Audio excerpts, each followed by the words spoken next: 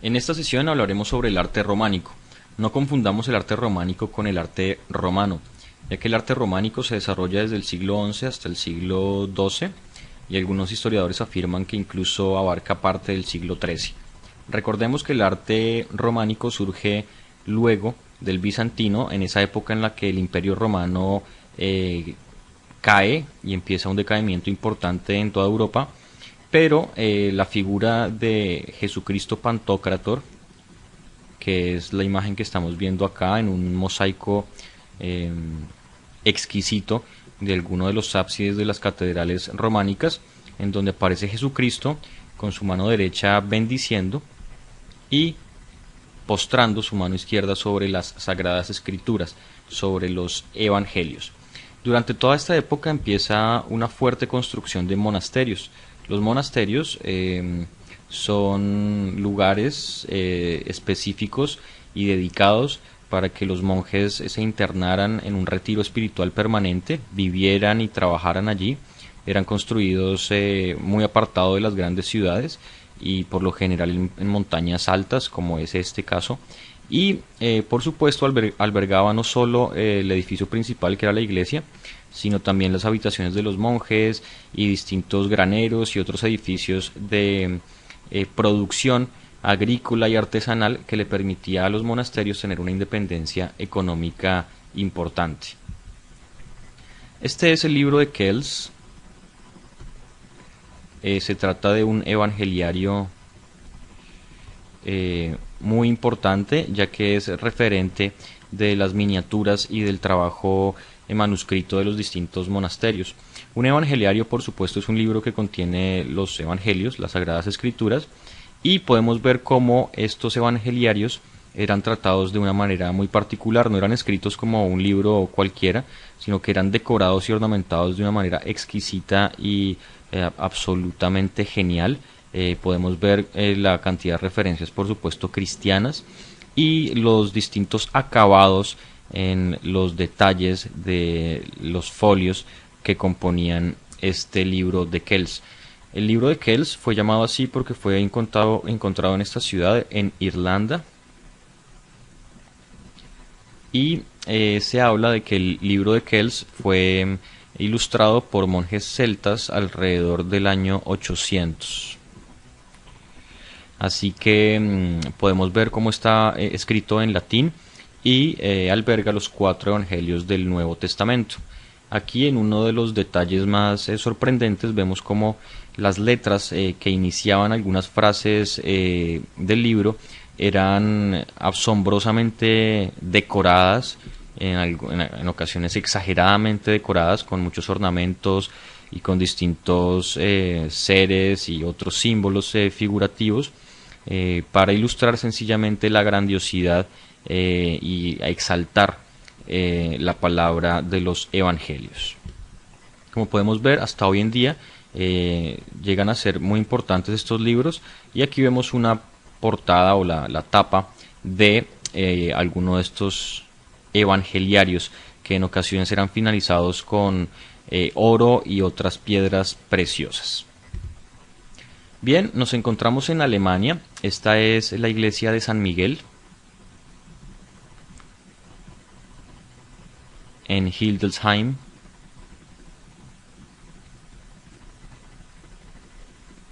Construida entre el año 1001 y 1031 por Otón III. La particularidad de esta iglesia es que fue consagrada por el regalo que le hizo Otón III de unos pedacitos de la cruz de Cristo. Así que esta iglesia fue erigida y fue encomendada al arcángel San Miguel, ya que contenía estos pedacitos de la supuestamente real cruz en la que fue muerto Jesucristo. Podemos ver el estilo, digamos, sobrio, no tan adornado, pero sin duda ya el tamaño de estas iglesias empieza a ser bastante importante, en donde aparecen campanarios que resaltan un poco la grandiosidad de lo que es el edificio, y vemos por supuesto que durante muchos siglos posteriores estas iglesias y edificios fueron reconstruidos. Esta iglesia fue derribada durante la Segunda Guerra Mundial, fue destruida, pero por fortuna muchos de sus tesoros y de sus obras de arte, así como las puertas, que tenían altos relieves muy importantes, fueron escondidas en minas de Hildesheim cercanas, y la iglesia fue reconstruida en los años 50, luego de la Segunda Guerra Mundial.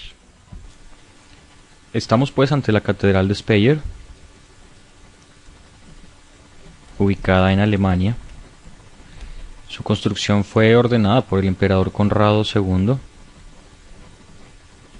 iniciada en el año 1030 y hasta el 1061, claro que con varias modificaciones bien importantes.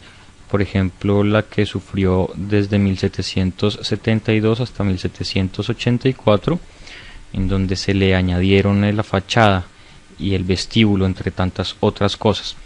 Debemos notar que hay muchos elementos que pertenecen justamente a estas reconstrucciones posteriores, como lo son la cubierta, algunas partes del interior del techo, pero sin duda hay unos elementos bien interesantes para la época. Por ejemplo, la elevación de estas torres.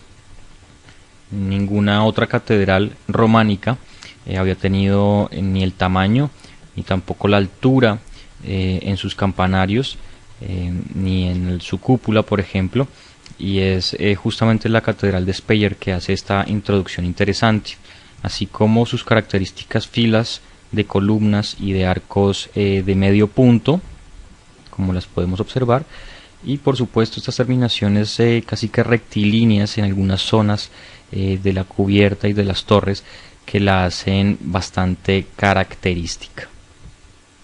Muy bien, estamos ante la abadía de Santa María de Lage.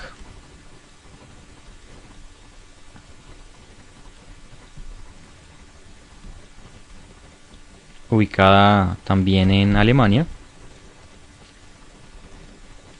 construida en el año 1093.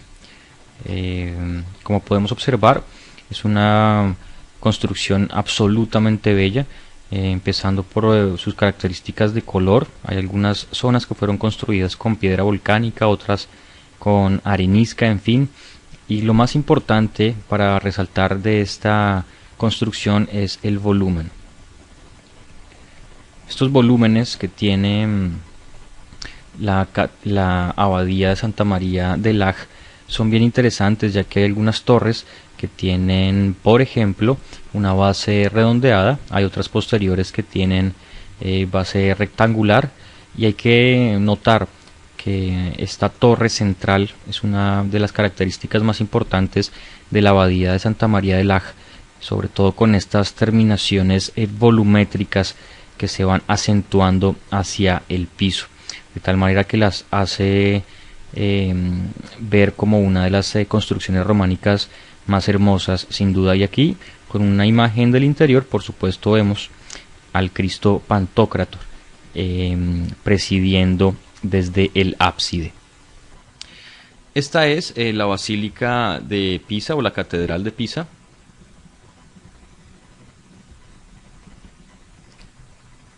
Aunque la catedral es muy famosa y es mundialmente reconocida, sin duda ustedes reconocerán más fácilmente la torre inclinada de Pisa. No es otra cosa que el campanario de la catedral. Esta catedral fue construida hacia el año 1118. Por supuesto estamos hablando que está ubicada en Italia. Y podemos observar, es una catedral que tiene unos 55 metros de alto, un poco menos que la torre. La torre fue construida hacia el año 1173 y el baptisterio, que ya lo vamos a ver, fue construido hacia el 1153. La torre, como bien lo decíamos, era el campanario. Como podemos ver, hay distintos estilos arquitectónicos en los que el campanario estaba alejado ciertamente de la catedral, y el baptisterio también. Aquí encontramos pues el baptisterio, un edificio sin duda hermosísimo también, construido como dijimos en el año 1153, la torre, como dijimos también, el año 1173, pero ambas construcciones alejadas de del cuerpo principal de la catedral, que como podemos ver tiene su planta en cruz latina, por supuesto la cúpula y el ábside, donde seguramente está la representación de Jesucristo Pantocrato.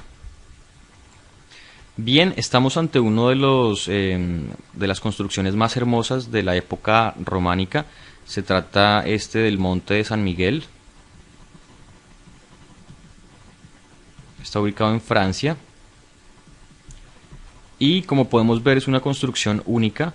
Las personas que la han visitado dicen que no hay otro espectáculo más hermoso que ubicarse en alguno de sus miradores y observar cómo el mar entra 2 veces al día, inunda toda esta zona y vuelve a salir de una manera bastante rápida. Así que es un espectáculo que brinda este monte de San Miguel. Aquí tenemos otro de las fotografías, una de las vistas más impresionantes de este monasterio, de esta catedral. Como podemos ver, era muy común buscar sitios altos en montañas pequeñas y bien empinadas para construir una fortificación que diera cabida a este rito cristiano que incluso hoy en día sigue en muchos monasterios del mundo. Espero pues que hayan disfrutado de este recorrido por el arte románico y espero encontrarnos de nuevo estudiando la historia del arte occidental.